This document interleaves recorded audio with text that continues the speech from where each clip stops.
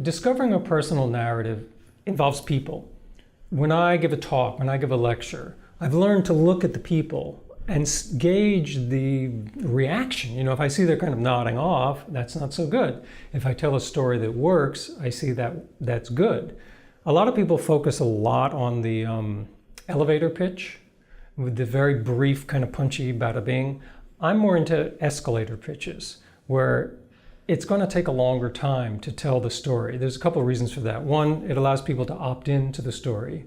And two, you get a story that can deploy out over time. You know, a one-line pitch, this is the Uber of something, is great, but you can't really deploy that out over time. If you're talking about discoverability and making connection, you have to have another podcast or another video or another blog. So examples of personal narratives. You know, my mother used to drink out of a red cup before she created any new project. She was a sculptor. So I was creating this company and thinking, well, what should be the name of this company? It was like literally in the shower. And I said, well, Red Cup. Kind of honors my mother, honors creativity. This is a creative company.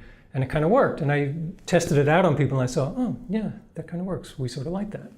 You know, the way I met my wife was at my first and last yoga retreat.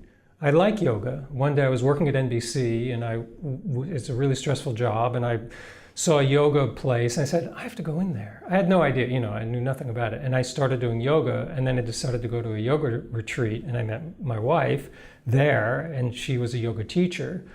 That's a personal narrative. It tells you a little bit about me. You know, I may seem like some kind of corporate, or I may seem like a creative, but the yoga thing brings in another little narrative, you know, that people can hook into.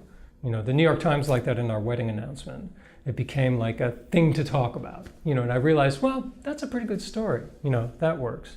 I can give you one more just for a laugh. Is ages ago, I used to write cartoons. I used to write for some well-known cartoons, and my ex-mother-in-law said, you're going to be known for that someday. And I said, that's ridiculous. Well, I wrote Thundercats.